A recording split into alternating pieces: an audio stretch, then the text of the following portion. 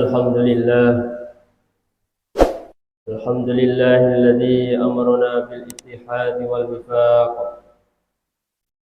ونهانا عن الشقاق والنفاق ونستغفره ونتوب إليه من سوء الأفعال والأخلاق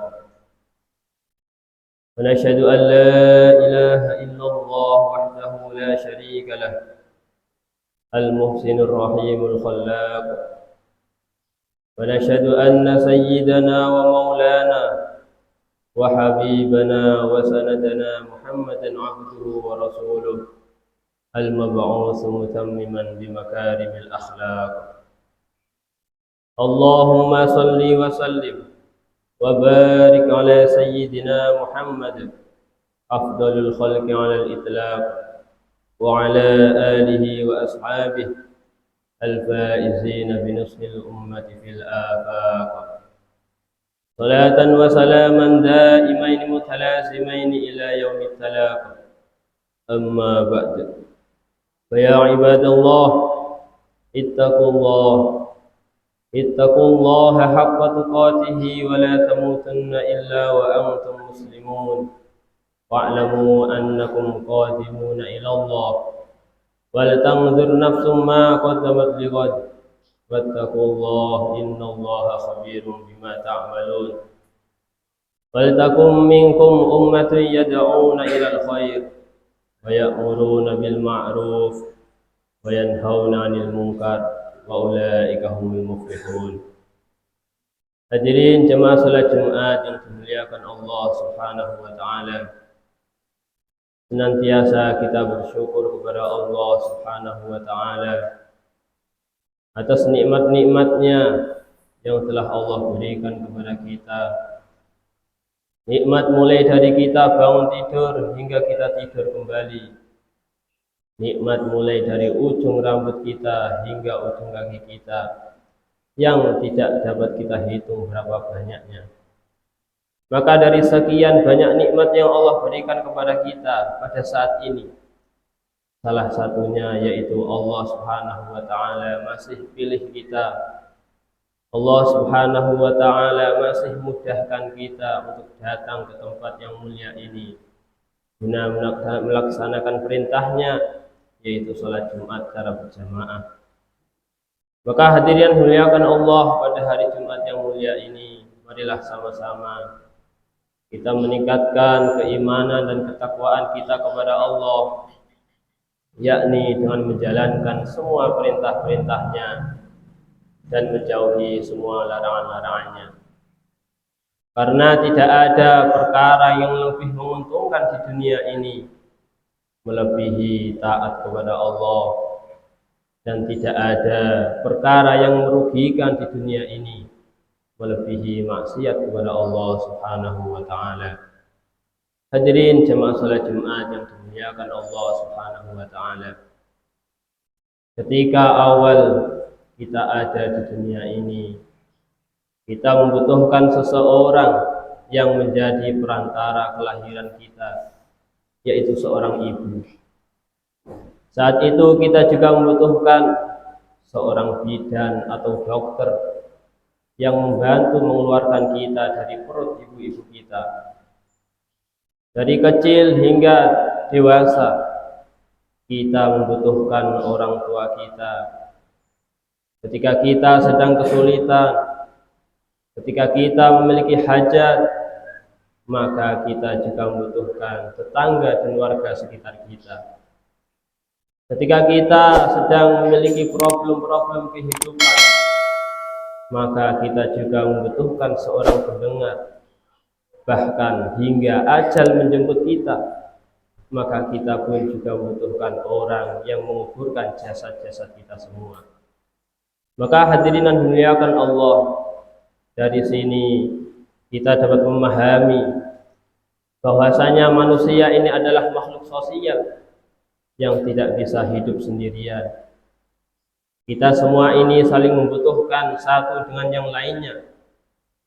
Oleh karena itu, pesan yang ditanamkan sejak kecil hingga dewasa, yaitu jangan bosan-bosannya untuk membantu orang lain yang sedang membutuhkan. Hadirin yang dimuliakan Allah Subhanahu wa taala. Islam adalah agama yang sangat menganjurkan umatnya untuk saling tolong menolong, untuk saling bantu membantu dan mempererat tali persaudaraan. Dan tolong menolong di sini tidak terikat oleh apapun. Maka bantulah siapapun orangnya dengan tulus. Baik dia ini orang yang kaya ataupun orang yang miskin. Entah dia ini orang yang berpendidikan yang tinggi ataupun orang yang tidak pernah mengenyam pendidikan sama sekali. Selama hal itu dalam ranah sosial dan kebaikan, maka tidak ada salahnya bagi kita untuk membantu mereka. Karena bagaimanapun juga mereka itu adalah saudara kita, yaitu saudara kemanusiaan. Hadirin yang dimuliakan oleh Allah, kecuali apabila bantu-membantu tersebut dalam hal keburukan dan kejahatan, maka tentu Islam telah melarangnya. Allah Subhanahu wa taala telah menegaskan dalam Al-Qur'an surat Al-Maidah ayat 2, "Wa ta'awanu 'alal birri wat taqwa wa la ta'awanu 'alal ismi wal 'udwan. Wattaqullaha innallaha syadidul 'iqab." Dan menolonglah kamu dalam mengerjakan kebajikan dan takwa, dan jangan tolong menolong dalam berbuat dosa dan pelanggaran. Dan bertakwalah kamu kepada Allah. Sesungguhnya Allah Subhanahu wa taala sangat berat azabnya. Hadirin yang dimuliakan Allah Subhanahu wa taala, menolong orang lain, khususnya mereka yang sedang kesulitan, sungguh memiliki banyak manfaat dan keutamaan, baik bagi diri sendiri maupun orang yang kita tolong. Bahkan kondisi masyarakat pun akan mendapatkan manfaat dari sikap dan perbuatan baik tersebut. Dengan menolong saudara muslim kita, maka maknanya kita ini telah mencerminkan pesan persaudaraan yang ditamsilkan oleh baginda Nabi Sallallahu Alaihi Wasallam dalam hadis riwayat Imam Muslim, "Masalul mu'minina fi tawaddihim wa tarahumihim wa ta'atufihim masalul jasad. Idza ishtaka minhu 'udwun tada'a lahu sa'irul jasadi bis-sahari wal humma." Orang-orang beriman dalam hal saling mencintai, mengasihi dan menyayangi bagaikan satu tubuh. Apabila ada anggota tubuhnya yang sakit, maka seluruh tubuhnya akan terjaga. Maksudnya tidak bisa tidur dan juga akan merasakan sakit juga.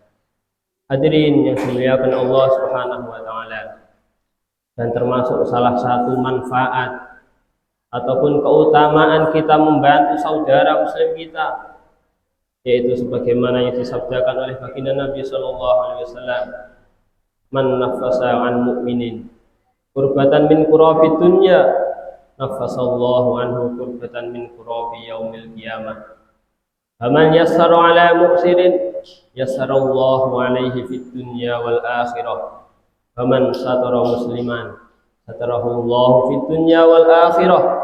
Wallahu fi 'aunil 'abdi ma kana 'abdu fi 'auni akhihi."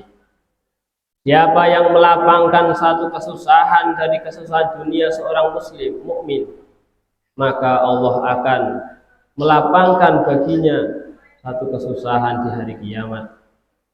Dan siapa yang menghilangkan atau memudahkan urusan orang yang sedang kesulitan, maka Allah akan memudahkan urusan dia di dunia dan di akhirat. Dan siapa yang menutup aib seorang muslim, maka Allah akan menutup aibnya di dunia dan di akhirat. Dan Allah Subhanahu wa taala senantiasa menolong hambanya selama hamba tersebut menolong saudaranya.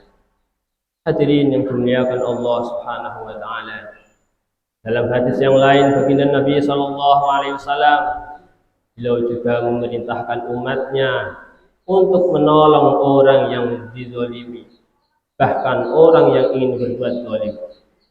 Baginda Nabi sallallahu alaihi wasallam bersabda, "Unsur akhaka zaliman aw mazluman." tolonglah saudaramu ketika ia berbuat zalim atau sedang dizalimi. Maka hadirin, dari hadis ini mungkin kita bertanya-tanya, bagaimana mungkin kita menolong orang yang berbuat zalim sedangkan Allah Subhanahu wa taala melarang kita untuk membantu dalam keburukan, kejahatan. Maka hadirin, hal ini dulu juga pernah ditanyakan oleh para sahabat radhiyallahu taala anhum kepada baginda Nabi. Maka baginda Nabi sallallahu alaihi wasallam beliau menjawab, "Ta'khudhu fawqa yadayhi." Pegang tangannya. Maksudnya tahan dia dari berbuat zalim. Maka dari hadis ini dapat kita ambil pelajaran, dapat kita pahami bahwasanya mencegah dari keburukan itu adalah termasuk bagian dari tolong menolong dalam kebaikan. Hadirin yang dimuliakan Allah Subhanahu wa taala, maka dari hadis-hadis di atas menjadi pelajaran bagi kita semua agar kita ini bermurah hati untuk menolong saudara muslim kita. Maka pada hari ini marilah sama-sama kita perbaharui niat kita lagi dan juga kita berdoa kepada Allah Subhanahu wa taala agar Allah Subhanahu wa taala jadikan kita semua ini menjadi pribadi yang baik, menjadi pribadi yang bermanfaat. Karena menjadi pribadi yang bermanfaat itu adalah bagian dari ibadah yang dicintai oleh Allah Subhanahu wa taala dan juga jalan menuju kebahagiaan dunia dan di akhirat. Ja'alanallahu wa iyyakum al-faizin al-aminin wa adkhalana wa iyyakum fi zumratil muttaqin al-mu'minin al-muqinin. A'udzu billahi minasyaitonir rajim. Bismillahirrahmanirrahim. Wal 'asri innal insana lafi khusr illa alladziina aamanu wa 'amilus solihati wa tawassaw bil haqqi wa tawassaw bis sabr. Rabbighfir warham wa anta khairur rahimin.